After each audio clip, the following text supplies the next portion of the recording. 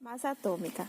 A massa atômica, como o próprio nome sugere, é uma massa de um átomo, sendo simbolizada geralmente por Ma. Porém, visto que o átomo é uma entidade extremamente pequena, invisível a olhos humanos, não é possível medir sua massa por meio de balanças. Por exemplo, assim os cientistas determinaram a massa dos átomos por meio de comparações com as massas de outros átomos. Isso é feito com outras unidades também. Por exemplo, a unidade da massa e o quilograma padrão, que corresponde a um cilindro de 3,917 centímetros de altura e de diâmetro, feito de 10% de irídio e 90% de platina. Max, eu fiquei com o tema balanceamento. Balanceamento, segundo o cientista francês Antoine Lavoisier, em uma reação química, a soma das massas das substâncias reagentes é igual à soma das massas do produto da reação. Esse enunciado foi conhecido como a Lei de Lavoisier, ou a Lei de Conservação das Massas. Para que uma reação química esteja de acordo com a Lei de Lavoisier, os números dos átomos dos elementos devem ser iguais nos dois membros das equações. Ou seja, a equação deve estar corretamente balanceada. Dale.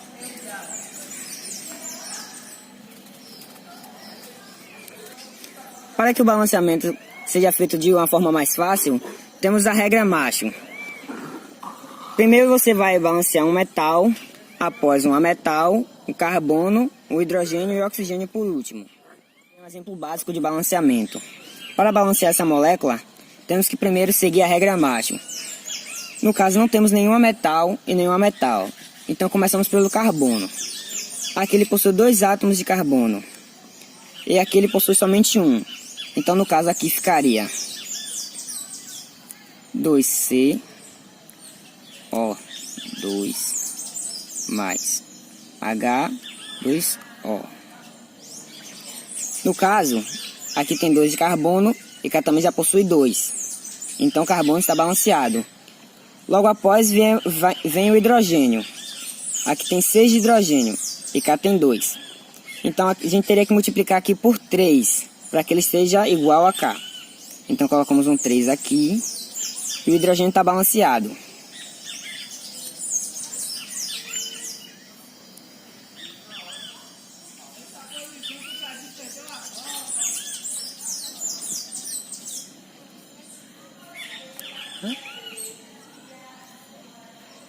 No caso, a molécula aqui já está completamente balanceada.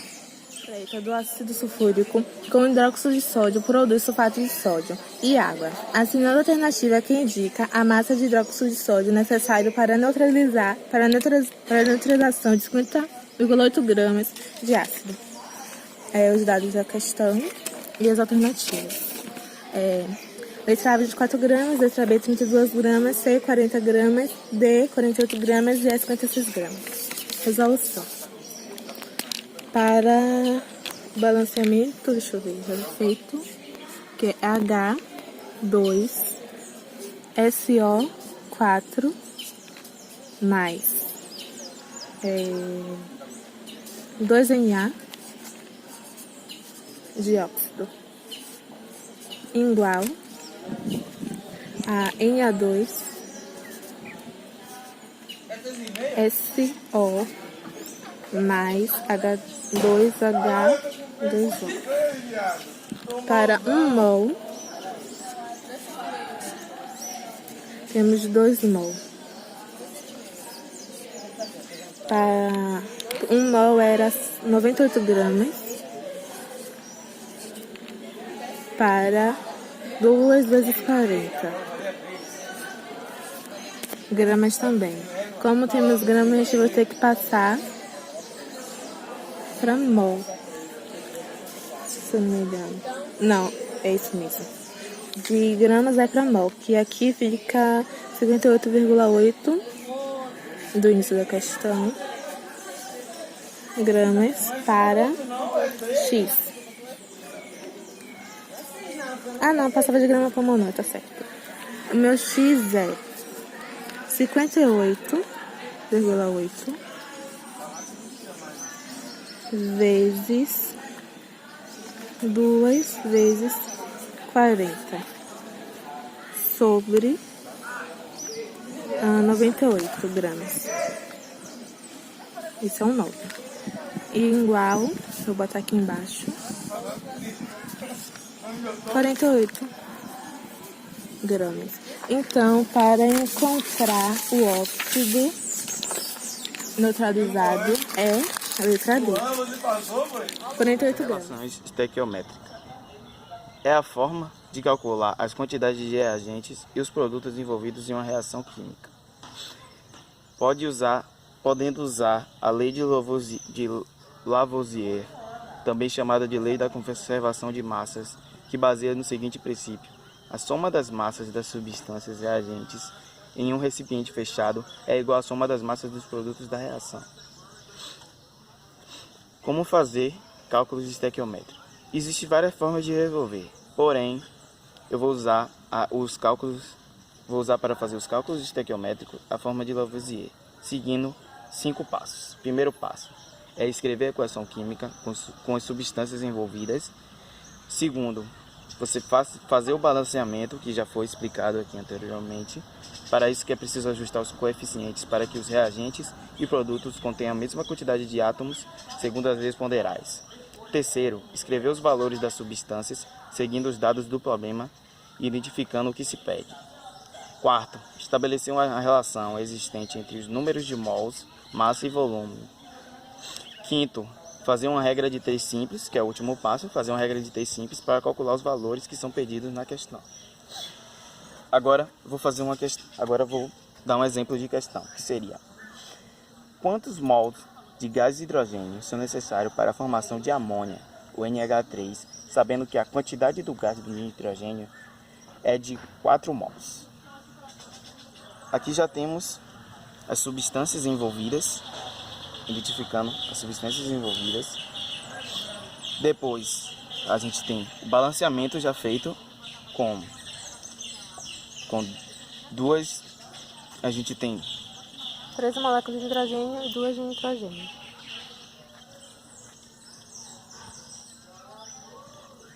Bom, como eu falei, aqui já está balanceado.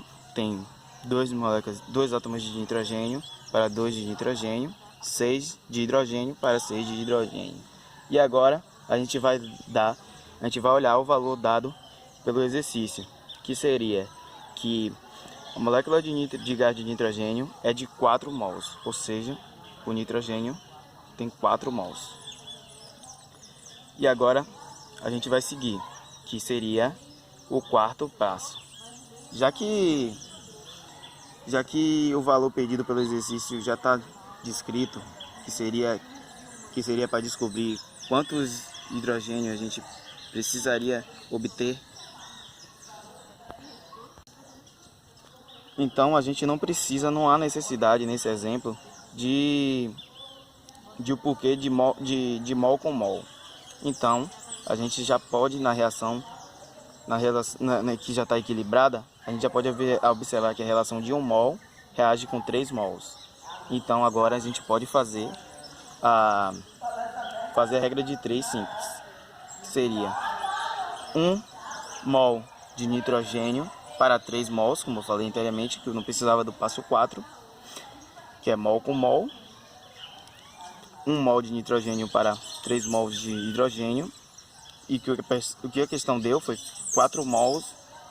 Com 4 mols de nitrogênio, quanto a gente obteria quantos mols de hidrogênio? A gente faz a regra de 3 simples e encontra o valor de 12 mols de hidrogênio. Sobre pureza e rendimento. Bom, a pureza é o cálculo feito para determinar a quantidade de impurezas que existem nas substâncias. Estes cálculos são muito utilizados, já que nem todas as substâncias elas são puras. Pegando nosso exercício, nós temos uma amostra de calcita contendo 80% de carbonato de cálcio. Ele sofre uma decomposição quando submetido ao aquecimento, de acordo com a reação, que é essa reação aqui. Antes de começarmos a resolver o exercício, a gente tem que saber se ela está balanceada. E aqui vemos que ela está totalmente balanceada. Aí vem a pergunta: qual é a massa de dióxido de carbono de óxido de cálcio obtida a partir da queima de 800 gramas de calcita. Agora, para facilitar o cálculo, a gente considera que aqui calcita tem 100 gramas e carbonato de cálcio tem 80 gramas, uma vez que é 80% de 100. Como nossa pergunta era os 800 gramas de calcita, eu coloquei aqui embaixo para descobrir a massa desse reagente. Aqui agora a gente faz a regra de 3 simples. 60x é igual a 64.000, que foi o resultado da regra de 3 simples. E aqui a gente coloca o x, que é a nossa incógnita que a gente precisa. E descobrimos que x é igual a 644 gramas de carbonato de cálcio puro.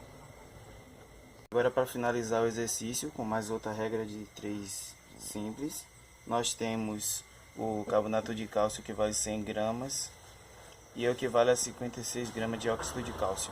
Esse 56 aqui a gente acha junto na tabela periódica, fazendo a adição aqui. Como a questão pede o óxido de cálcio, a gente faz aqui, junto com o puro, a gente faz a regra de 3 simples com x.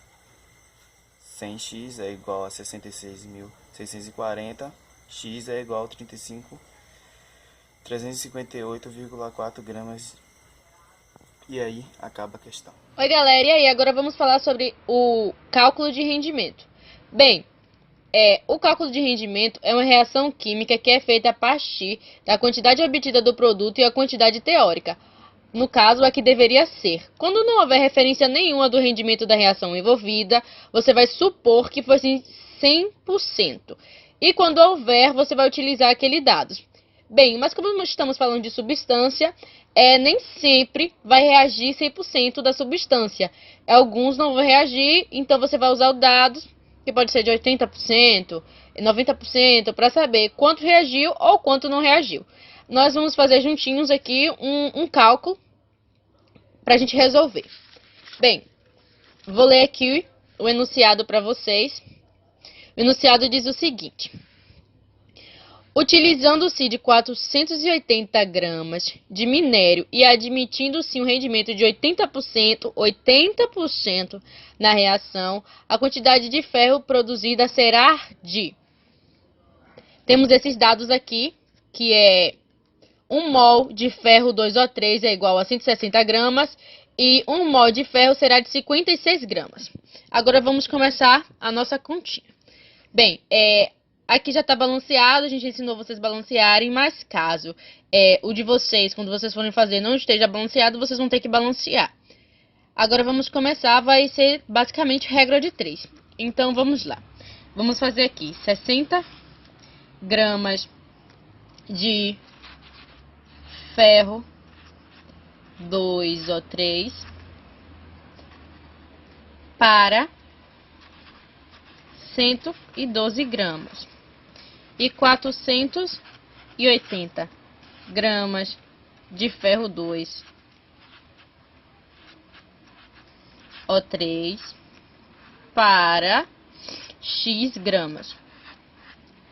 Bem, aí vamos fazer a nossa regra de 3, que é aquela questão, você multiplica cruzado.